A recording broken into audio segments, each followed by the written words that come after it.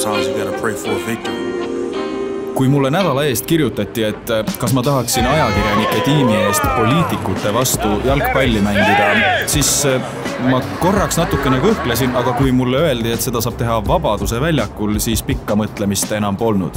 Kui ma Vabaduse väljakule kohale läksin, oli mul silme ees üks siht. Ma ei mõelnud isegi niivõrd tulemuse peale või sellele, mitu väravat ma löön. Ma tahtsin lihtsalt mõnele poliitikule üsna toorelt ära teha. No eks igaüks saab ise hinnata, õnnestus see või mitte. Mängu esimene poolaeg oli ajakirjanike jaoks väga lubav.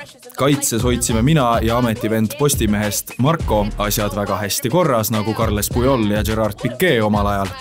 Aga ka rünnakul ei jäänud me hätta sellepärast, et kolleeg Sokkernetist Laura Jaansen viis meid 1-0 juhtima. Spordipealinna raames siis täna selline mäng ja esimese poole järel. Nagu üldiselt meie häältest on kuulda, mina hingeldan, ma ei tea, kuidas sinuga lood on, aga Laura Jaansen, ajakirjanike väravaautor, mis sellest esimesest poolest kaasa võtta, kuidas läks? Tegelikult läks päris hästi, kui pallakas nagu liikuma, seina, söödud, üle, jooksud, kõik need väga olulised jalgpalliterminid. Kõik need hästi keerulised sõnad, millest ülejäänud platsil viibijad ilmselt aru ei saa. Taskud, toetusnurgad, kõik oli justkui olemas. Vastan oli ka väga tugev, väga südikalt võitles vastu, jällegi väga oluline selline märksõna. Aga no värav esimese poole võit selles mõttes saab rahul olla. Kui sa nüüd peaksid panema sellele meie võistkonnale mingisuguse sellise nagu suure võistkonna nime, millise võistkonna käekirja järgi sina näed, et siin mängitakse? Tahaks nagu öelda Barcelona, aga arvestades, et meistrite liigad langesid välja, see vist loeb või ei loe? Ei, see ei loe. Okei, no Barcelona. Siin on väljakul Barcelona ja poliitikud. No nii, mina hingeldan ja teie vist hingeldate ka, on päris võimalu võttes esimene poolega. No väga intensiivselt 15 minutit muidugi, auto ju praktiliselt pole, nii et kogu aeg jutti ja väga kõrge tempo.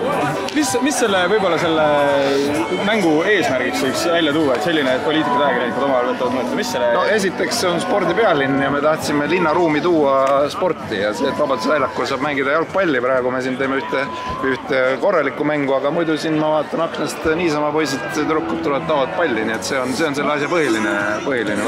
Kas teisel poolel poliitikud teevad suurepärase tagasituleku või mitte? Noh, ega me oleks pidanud tegelikult lõpetama selle esimese poolaja 2-1, aga mul 2 lööki juba õnnestusid, kuna lõin parema jalaga, ehkki ma olen vasakujalaline, nii et aga teisel poolajal mind ei ole, ma pean muude töökohustustega mujale minema, siis tulevad kõvemad mehed löövad ära. Teise poole alguses muutus mäng alustuseks natukene rahulikumaks, kuid Laura lõi üsna pea väga efektselt ka teise värava. Tundus, et eduseis on juba kindel, aga hõiskasime vist natuke liiga vara.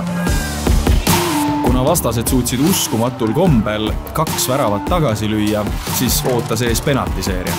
Penaltiseeria puhul saan enda kaitseks öelda seda, et kuna keegi teine kätt püsti ei tõstnud, siis otsustasin ise viisakas olla ja esimesena lööma minna. Õnneks tõid kolleegid Brent ja Karl Johannes siiski kastanid tulest välja ja õiglus võidutses. Ajakirjanikud võitsid poliitikuid penaltiseerias hoolimata sellest, et teine poolaeg kulges lõpuks väga tuliselt ja poliitikud pakkusid meile kõvasti närvikõdi.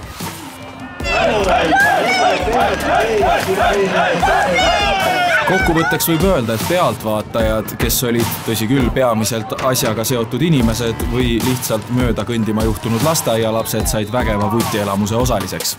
2-2 viik ja penaltiseerias ajakirjanike võit. Jääme rahule.